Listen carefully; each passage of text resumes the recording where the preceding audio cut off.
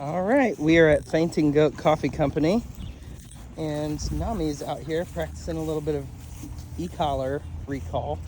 Not all recall for me is the same. Nami, yes. Want to vibrate right here because she's blowing me off. Yes, good girl. No. There's the stem. Nami. Yes, good girl.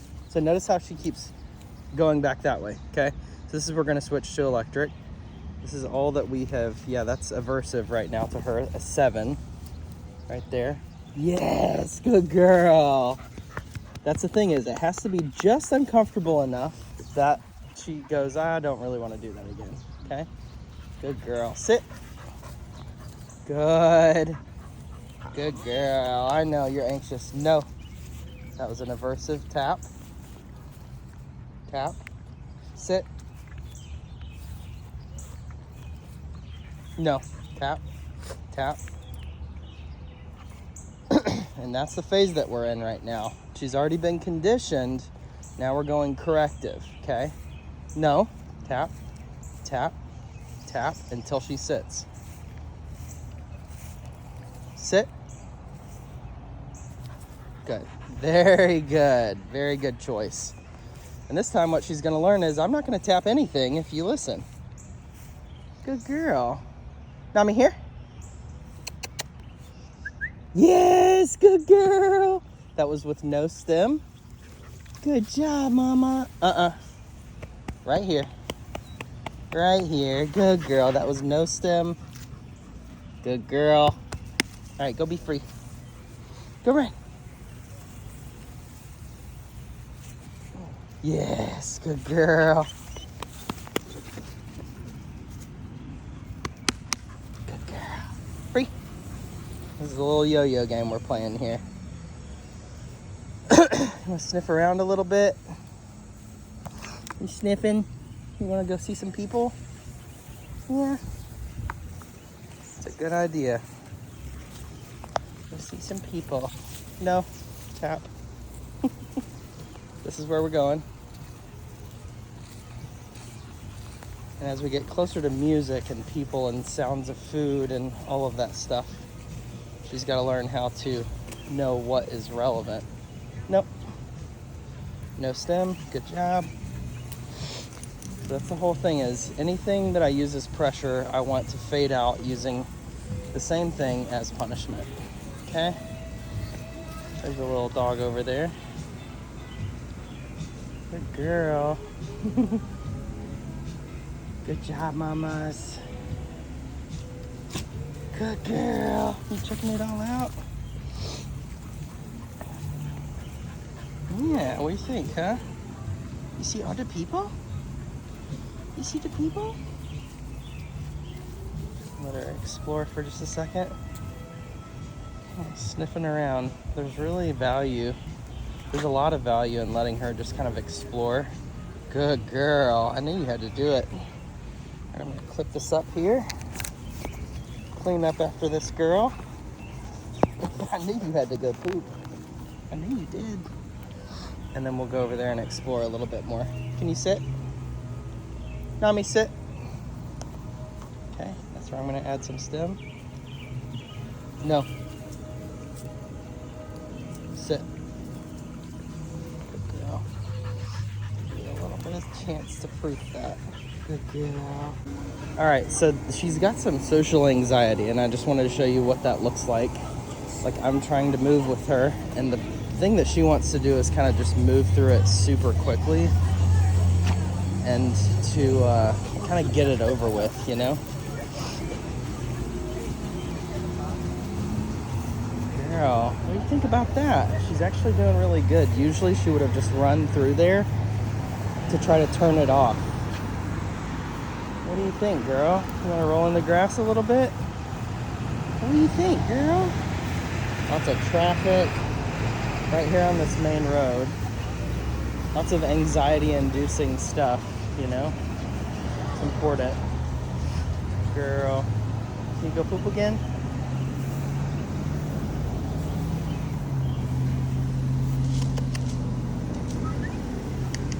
Not bad, girl. Good girl. Good job, Mama. Good girl. Nice job.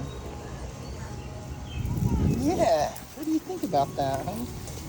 Just letting her have a little, letting her have an emotion about it and just letting it be, you know? It doesn't have to be this hugely involved thing where I'm like, it's okay, you know? She just needs to feel what she's feeling about it and kind of move on. That was really wonderful. Good girl. Yeah. So this would be qualified as what I would call like a free walk. No. There we go. Notice the Ecollar remote's in my pocket. She's starting to learn what stuff means. Oh my gosh. This isn't creepy at all. That's not creepy at all right there. Yeah, did you see the little baby? Good girl. You're doing so good. And about right here, I'll go ahead and drop the leash. Come on. Good girl. We're just gonna let her leash drag. Good girl. Come on. Good job, Mama. You're doing so good. You're doing so good. Easy. Let's go.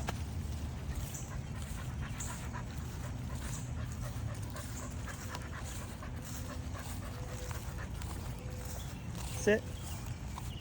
Good. Let's go. The only reason I said it that time is I wanted her to start knowing that that's the protocol now. Easy. Step on the leash. Let's go. Come on. She hears the truck over there and she's like, let's go to the truck. Let's turn off all the pressure. Easy. Yep, you got to tap there. We're going to come to a stop here. Easy. And I want to sit here.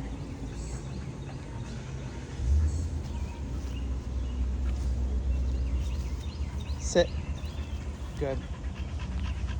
Good. So what we're essentially doing there is we're not working with baseline anymore, which for her is like a 3 or a 4 now. 7 is like a correction for her. That would be like a level 2 leash pop. And she's receiving it pretty well. There's some delay. She's not like immediately going into a sit. I think it's just that we need to put more reps in. Let's go. Good girl. Good. Come on. Come on, Mama. Where you going? Come on. Come on. That's a good girl. Good. I'm going to come to a stop right here. Sit. She's blowing me off. Sit. Good. Give her a little distance. This time turning away from her and going further than the end of the leash. Yes, good girl. Good girl. That was so good. Look at that little fatty girl. Good girl. All right, sit. Good. I'm gonna go the other way. Past the end of the leash. No. I'm gonna tap here. Okay, she got to it before I could tap. Very nice. Someone got pulled over there. We're at about 30 feet, 35 feet.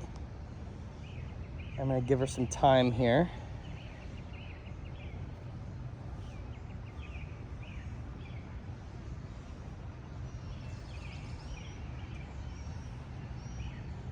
Yes, good girl. Yes, good girl. Come on. Yes, that was a vibrate. Good girl. Good girl. And as you saw in the preservation park lesson, the vibrate is what I use to get the dog up, to speed them up, and to pep them up. And the electric I use to slow them down, calm them down, put them into a down or a sit down. Okay? Notice that she's supposed to, since we're stationary and she's under command, she's expected to auto sit when I become stationary. So all I'm doing is adding about 5 feet every time I give her distance here. It's a very clear process. No. I move towards her, I'm tapping until she sits, and then I turn off that pressure and I stop tapping. Okay, very simple proofing process. I give the negative marker, I start tapping, and I continue to put on that spatial pressure until she goes back into that sit.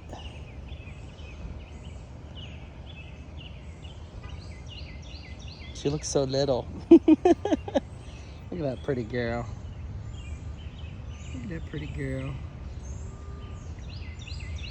This is about how far away she looks from me in real life. Probably close to like right. Well, that is pretty close. About right there.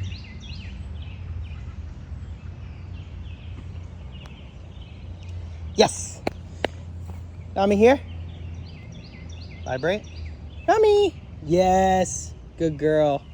So just so that you know the timing on the vibration, as soon as she starts to recall to me, I give that release off the vibration and she comes to me and I give her payment, okay? She didn't want to take food, she didn't want to play, so we're just using some physical touch here, okay? Nami, sit.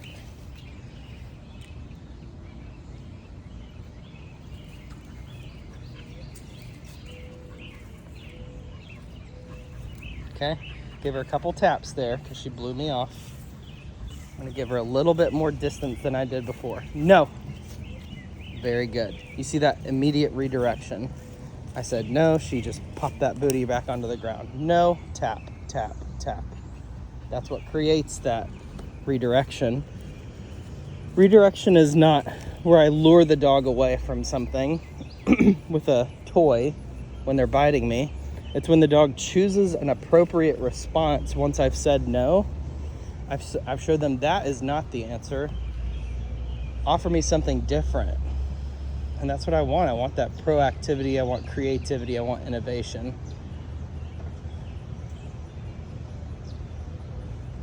I'm going to give her a little bit more distance here.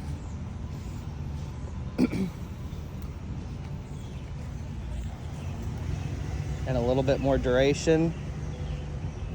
There's plenty of distraction. Those are my 3 Ds. Really, directionality is one too. My 4 Ds of proofing: distance, duration, distraction, and directionality. Nami here. I'm gonna vibrate. Nami, come on. Come on. I'm gonna tap. Come on. Come on. Yes, good girl. Good job. Look at that good girl. So happy. Hi. That's a good girl. Shake it off, shake it off. Good girl. Nice job. All right, we're gonna do one more, okay? I know, I can tell you're getting kind of tired. You're doing so good. I'm gonna lay in the dirt over here. It's kind of cool and muddy. All right, sit. I'm gonna roll down just a hair. Sit. Good girl. Very nice.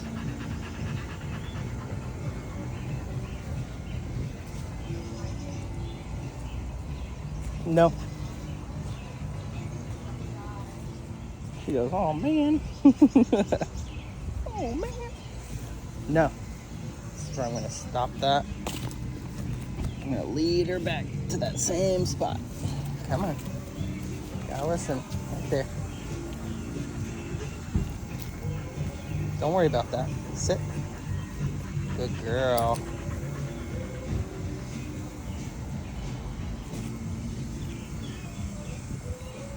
Turning my back a little bit. No. She's so anxious to get away from the noises that it's harder for her on this side to proof because there's so many more distractions. So I want to balance out my proofing mechanisms, distance, duration, distraction, directionality.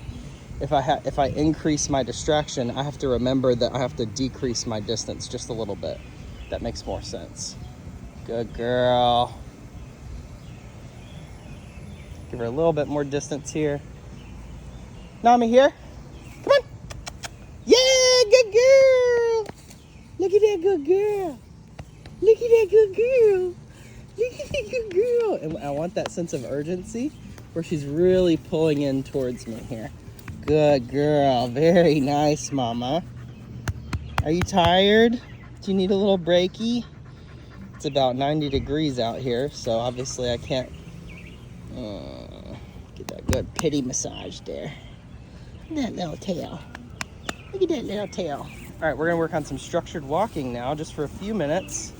So I'm gonna take off her e-collar, and I'm gonna take off the rest of the 2 leashes, and we're gonna keep going. My video cut off, I'm not sure where I was at, but we're in phase 2 of the structured walk. We're gonna say, let's go, and let her find that little pop there at the end of the leash. Come on. And this is really hard for her in the grass because she thinks that there's a different rule in the grass than there is on asphalt. So I'm showing her, you have to heel in grass until I release you as well. Let's go. Come on. Easy. Good girl. Okay, we're gonna come to a stop here. Pressure up for the sit, release. Okay, now we're going into phase 3, which is where I'm turning into the dog. So I'm gonna say easy, I'm gonna give a pop, and I'm gonna turn into her. And then once I'm in this position over here, walking the opposite direction, I'm gonna say let's go, because that means let's go straight. Let's go. Easy, pop, then I turn in. Good. Now she knows that easy means I'm gonna turn left into her. Easy. Good girl. And she immediately got that. And notice I'm still walking in a straight line here. A lot of times people call this easy a figure 8, and it's not a figure 8. It should be an exact straight line. This is why people fail, is that your walking path is very rarely shaped in like a S curve or a figure 8 curve. It's usually in a straight line, just like this. Good. Okay, I'm gonna come to a stop, and as I do, apply a little pressure. Good, and she's auto sitting really nicely. Now we're gonna fade out that pressure, okay? We're gonna just make it into a pop. Let's go. And we're gonna go the distance this time. Good girl. She's not allowed to forge, she's not allowed to lag, she's not allowed to deviate from the path. So pace and positioning are super important. Easy. Girl. Good job, mama.